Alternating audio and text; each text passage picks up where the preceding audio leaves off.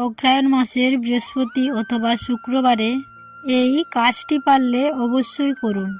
মা লক্ষ্মী প্রসন্ন হবেন। মা লক্ষ্মীর আশীর্বাদে আপনার সকল প্রকার আর্থিক সমস্যা দূরীভূত হবে।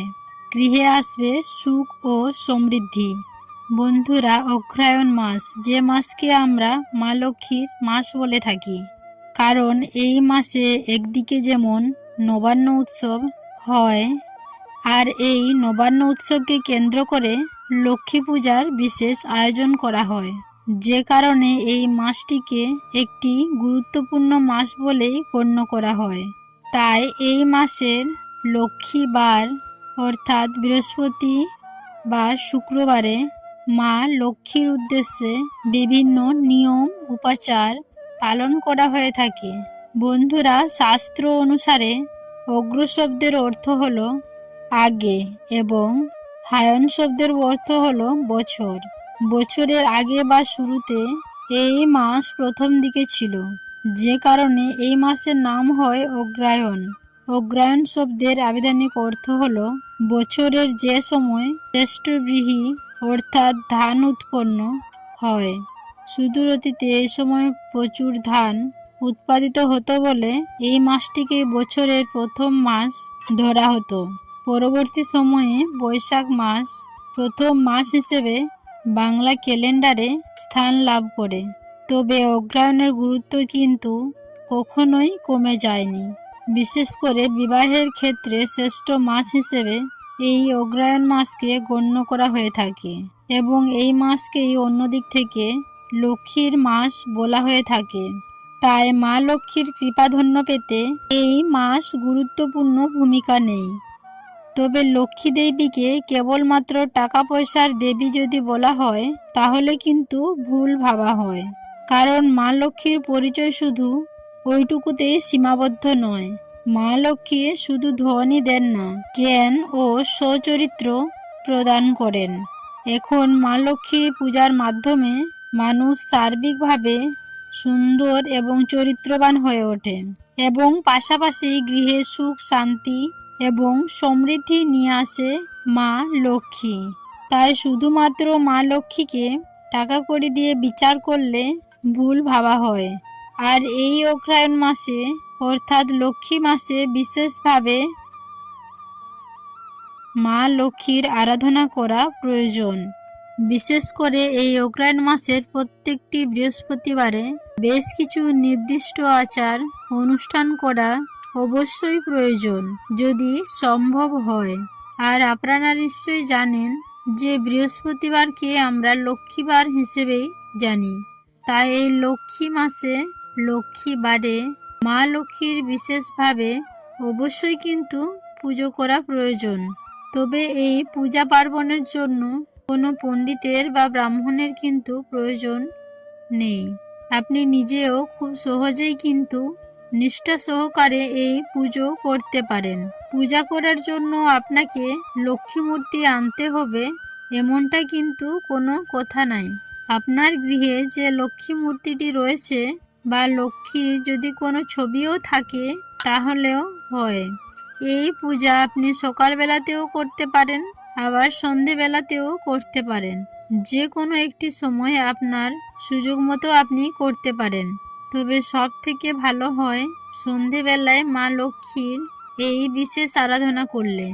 আর সকালবেলায় যদি আপনার পুজো করতেই হয় আর একান্তভাবে যদি আপনার সময় না থাকে সন্ধেবেলায়, তাহলে সেক্ষেত্রে 9টার মধ্যে এই পূজা পর্বটি অবশ্যই কিন্তু সেরে নেবেন। পূজা করার সময় যে প্রয়োজন উপকরণগুলি লাগবে তা খুবই সামান্য। হাতের কাছে আপনি এইসব জিনিসগুলো পেয়ে যাবেন। কেনার জন্য তেমন কিছু পড়বে না মনে হয়।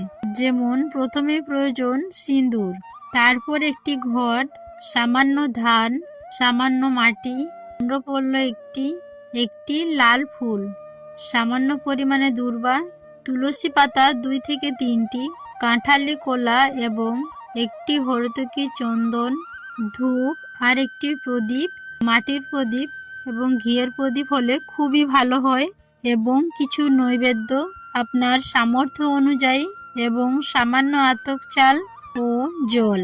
যদি এর মধ্যে কোনো দ্রব্য সংগ্রহ করতে না পারেন তাহলে পূজার শেষে সেই দ্রব্যটির কথা মা লক্ষ্মীর কাছে উল্লেখ করে ক্ষমা চেয়ে নিলেই হবে।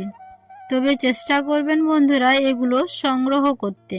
এই সমস্ত দ্রব্য সংগ্রহ করার পর এরপর আপনি পুজোয় বসবেন। আর পুজোয় বসার সময় কয়েকটি বিশেষ দিক অবশ্যই খেয়াল রাখতে হবে, যা আপনি হয়তো জানেন। লক্ষ্মী পুজোর সময় ঘন্টা বাজাতে নেই এবং মা লক্ষ্মীকে তুলসী পাতা দিতে নেই। বন্ধুরা, এই যে তুলসী পাতা সংগ্রহ করতে বলা হলো তার কারণ হলো লক্ষ্মী পূজার পর একটি ফুল ও দুটি তুলসী পাতা দিয়ে নারায়ণকে পুজো করতে হয়। নারায়ণের পুজোয় কিন্তু তুলসী পাতা দিতে হয়।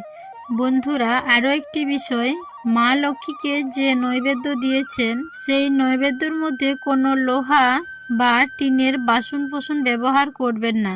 চেষ্টা করবেন কাঁসা বা পিতলের কোনো সামগ্রীতে সেই নৈবেদ্য প্রদান করতে।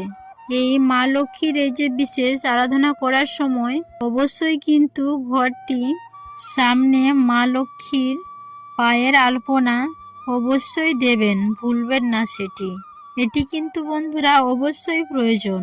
এবং পূজার সময় অবশ্যই কিন্তু পূজার স্থান পরিষ্কার পরিচ্ছন্ন করে নেবেন এবং ধূপ ও একটি ঘিয়ের প্রদীপ জ্বালিয়ে নেবেন।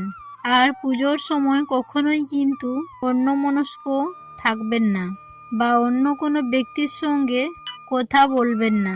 মনকে লক্ষ্যেতে স্থির রাখবেন। এক মনে আন্তরিকভাবে মা লক্ষ্মীর পূজা করলে বিনা মন্ত্রেই পূজা সম্পূর্ণরূপে সিদ্ধ হয়।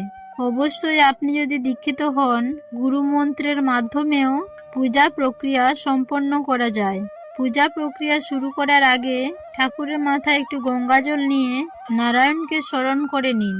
পূজার আগে মাথায় জল নিয়ে দেহ নারায়ণকে স্মরণ করে মন শুদ্ধ করে নেবেন। তারপর সূর্যের উদ্দেশ্যে একটু জল নিবেদন করবেন। যে কোনো পূজার আগে আমাদের প্রাণ শক্তির উৎস সূর্যকে জল দেওয়ারই নিয়ম।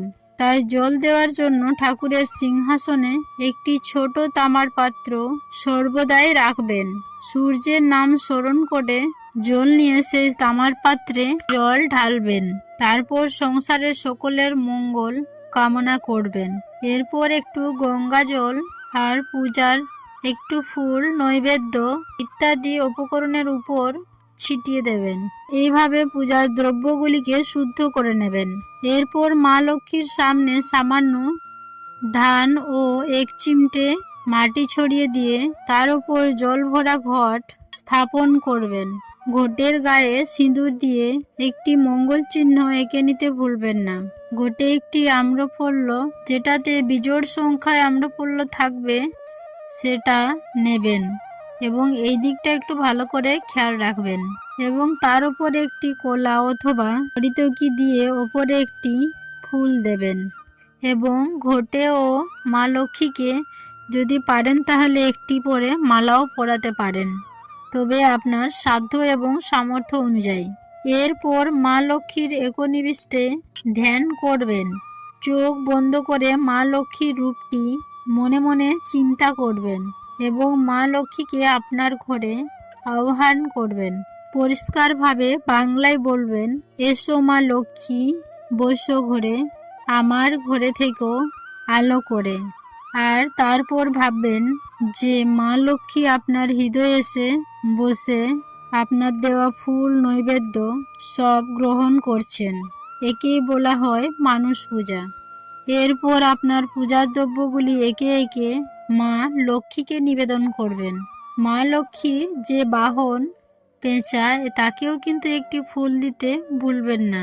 এরপর ভক্তি সহকারে মা লক্ষ্মীকে প্রণাম করবেন এবং আপনার মনোকামনা ব্যক্ত করবেন। এবং তারপর অবশ্যই মা লক্ষ্মীর যে ব্রত কথা তা নিষ্ঠা সহকারে পাঠ করবেন। মা লক্ষ্মীর পাঁচালী সংক্রান্ত একটি ভিডিও দেওয়া হয়েছে অনেক আগেই, পারলে সেটি দেখে নিতে পারেন। এই সমস্ত প্রক্রিয়া কিন্তু অগ্রহায়ণ মাসের এই যে লক্ষ্মী মাসের লক্ষ্মীবারে অবশ্যই করবেন। বন্ধুরা, আরও একটি বিষয় রয়েছে, এটি কিন্তু কখনোই করতে ভুলবেন না। লক্ষ্মীবার অর্থাৎ বৃহস্পতিবারে আপনার সাধ্য বা সামর্থ্য অনুযায়ী কোনো দরিদ্র বা অভুক্ত মানুষকে কিছু আহার প্রদান করতে ভুলবেন না, বা যে কোনো দ্রব্য সামগ্রী দিয়ে তাকে সাহায্য করবেন। এই দিন আপনার গৃহে যে কোনো পশু বা পাখি যদি আসে তাদের সেবা করবেন খাবার দিয়ে। যাই হোক, এইসব জিনিসগুলি করার চেষ্টা করবেন। বন্ধুরা, আজকের ভিডিওটি আমি এখানে শেষ করলাম। সবাই ভালো থাকবেন, সুস্থ থাকবেন। নমস্কার ও ধন্যবাদ। ঈশ্বর আপনার মঙ্গল করুক।